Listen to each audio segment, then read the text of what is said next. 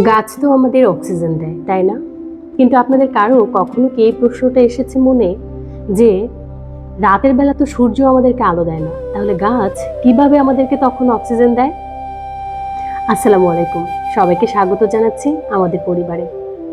আমরা অনেক সময় বর্তমান যুগ যেহেতু তথ্য প্রযুক্তির যুগ, আমরা বিভিন্ন মাধ্যমে গাছ নিয়ে অনেকগুলো ইনফরমেশন আমরা পাই, যেগুলো আসলে সঠিক কিনা সেটা নিয়ে আমরা খুব ভালো করে ঘেটে আসলে দেখি না।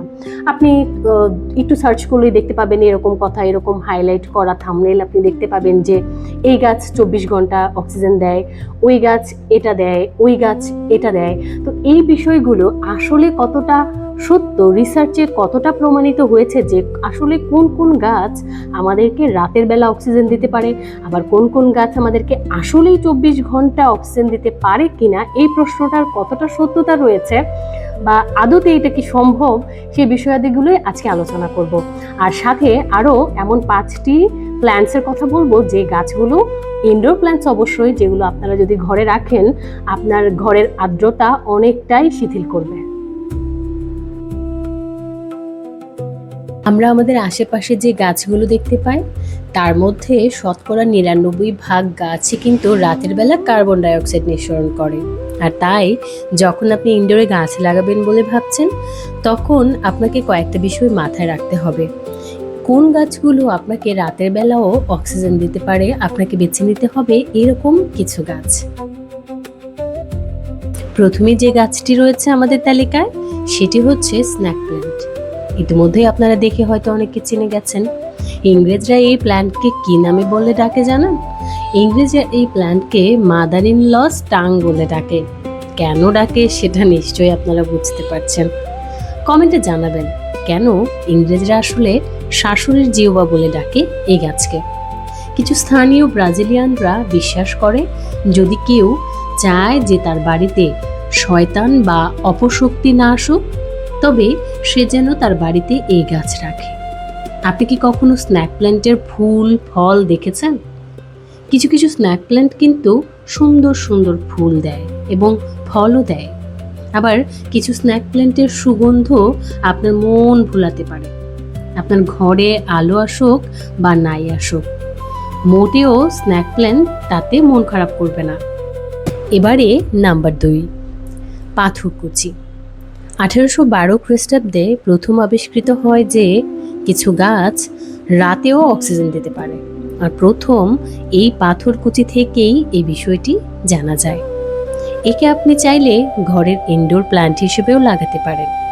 অক্সিজেনের পাশাপাশি সে সুন্দর সুন্দর ফুল দিবে যা আপনার মনকে ভরিয়ে রাখবে। এই পাথরকুচি পাতার অনেক ঔষধি গুণও কিন্তু রয়েছে। কথিত আছে বা ভেষজ শাস্ত্রে কিন্তু এই পাথরকুচির পাতাকে অনেক বেশি গুরুত্ব দেওয়া হয়েছে। পাথরকুচির পাতা যদি কারো কিডনিতে পাথর হয় সেটাকে নিঃসরণের জন্য ব্যবহৃত হয় বলে কথিত রয়েছে। নাম্বার 3, ঘৃতকুমারী। নাম শুনে কি চেনা যাচ্ছে? তবে চলুন দেখাই। এই যে দেখতে পাচ্ছেন, এখন নিশ্চয় বুঝে গেছেন এটি অ্যালোভেরা, অর্থাৎ ঘৃতকুমারী অ্যালোভেরারই আরেকটি নাম। এই গাছও কিন্তু রাতের বেলা অক্সিজেন দিতে পারে। অ্যালোভেরার আদি নিবাস আরব দেশে। এরাও পানি তেমন একটা পছন্দ করে না, তবে আলো অনেক বেশি পছন্দ তাদের। ঘরে এমন একটি স্থানে রাখুন এই গাছ যেখানে আলো বাতাস আসতে পারে। আর এই গাছের টবে মাটির থেকে বেশি বালি দিবেন যাতে অতিরিক্ত পানি শুষে নিতে পারে। এবারে আমাদের আজকের তালিকার 4 নম্বর, বামন জেড। এই গাছটিকে কি চেনা যাচ্ছে? অনেকে এখন ভাববেন এ আর কি, এ তো জেড প্ল্যান্ট। এখনই মুশকিল পড়ে গেলেন। জেড প্ল্যান্ট আর হচ্ছে বামন জেড একই রকম গাছ না, কিন্তু দুটো কিন্তু আলাদা গাছ। এই গাছটিও রাতে অক্সিজেন দিতে পারে, তবে একটি শর্ত প্রযোজ্য, আর তা হলো গাছের শেকড় ভেজা থাকা যাবে না, তবে সে অক্সিজেন দেবে যদি শুকনো থাকে। আরও একটি চমকপ্রদ বিষয়, বামন জেড খাওয়াও যায়। জানেন কি? দক্ষিণ আফ্রিকার এই গাছকে স্যুপ কিংবা সালাদের সাথে খেয়ে থাকে। আপনি এই গাছ খেয়ে থাকলে অবশ্যই জানাতে ভুলবেন না। আর এই গাছ কিন্তু আলো খুব পছন্দ করে। তাই আপনি যখন আপনার ঘরে এই গাছ রাখবেন তখন অবশ্যই চেষ্টা করবেন যেখানে আলো আসে আলোর খুব কাছাকাছি রাখতে। আর হঠাৎ যদি দেখেন এই গাছটি কেমন যেন ঝিমিয়ে যাচ্ছে, পাতা পড়ে যাচ্ছে, শুকনো হয়ে যাচ্ছে, তবে আপনাকে বুঝে নিতে হবে বামন জেডের এখন ঘুরতে যাওয়ার মন করছে। তখন আপনি ছাদে কিংবা বারান্দায় কয়েকদিনের জন্য রেখে দেবেন, তারপর আবার নিয়ে আসবেন, দেখবেন খুব খিলখিল করে হাসছে আপনার ঘরে।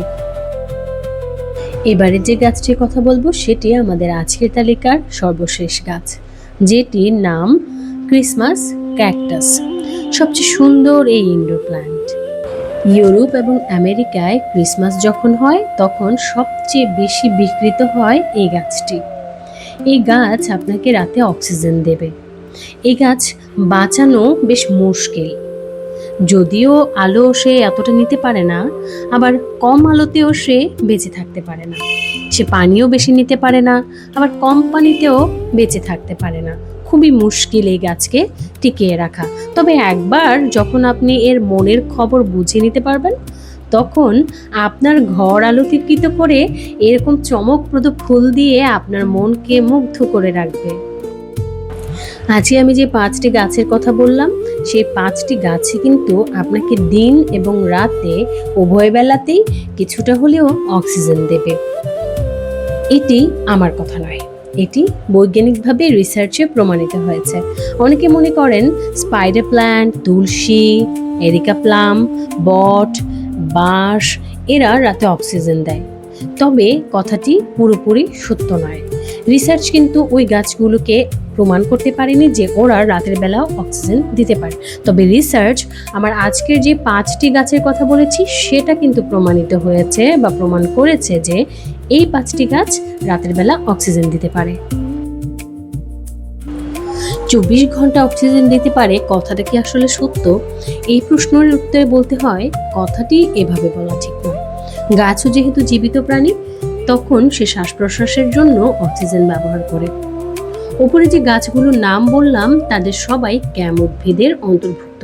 ক্যাম উদ্ভিদ হলো এমন একটি উদ্ভিদ যারা রাতের বেলায় অক্সিজেন ছাড়তে পারে।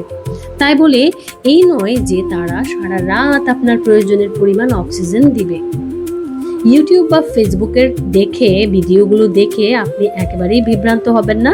কথাটি অতিরঞ্জিত একটি কথা। একটি কথা কখনোই ভুলবেন না, আপনার ঘরের আর্দ্রতা ঠিক রাখতে কেবলমাত্র একটি গাছের উপর নির্ভর করে বসে থাকতে হবে না। আপনার ঘরকে ভেন্টিলেট করতে হবে।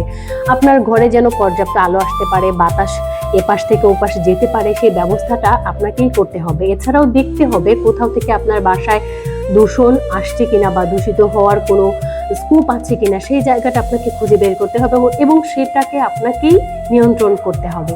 তাই আমি বলবো গাছকে আপনি অবশ্যই আপনার ঘরে ইনডোর প্ল্যান্ট হিসেবে রাখতে পারেন। সেটা পরিবেশের বা প্রকৃতির কাছাকাছি থাকার জন্য হতে পারে। কখনোই সেটাকে আপনার ঘরের পরিবেশ দূষণের জন্য বিকল্প হিসেবে চিন্তা করবেন না। যারা আপনারা গাছপালা পছন্দ করেন এবং প্রকৃতির খুব কাছে থাকতে পছন্দ করেন, তারা চ্যানেলটি সাবস্ক্রাইব করে আমার পাশেই থাকবেন। তাহলে আমি আপনাদেরকে এরকম নতুন নতুন তথ্য দিয়ে সাহায্য করব, যেটা আপনাদের অনেক বেশি ভালো লাগবে আশা করছি এবং একটু হলেও আপনাদের কাজে আসবে।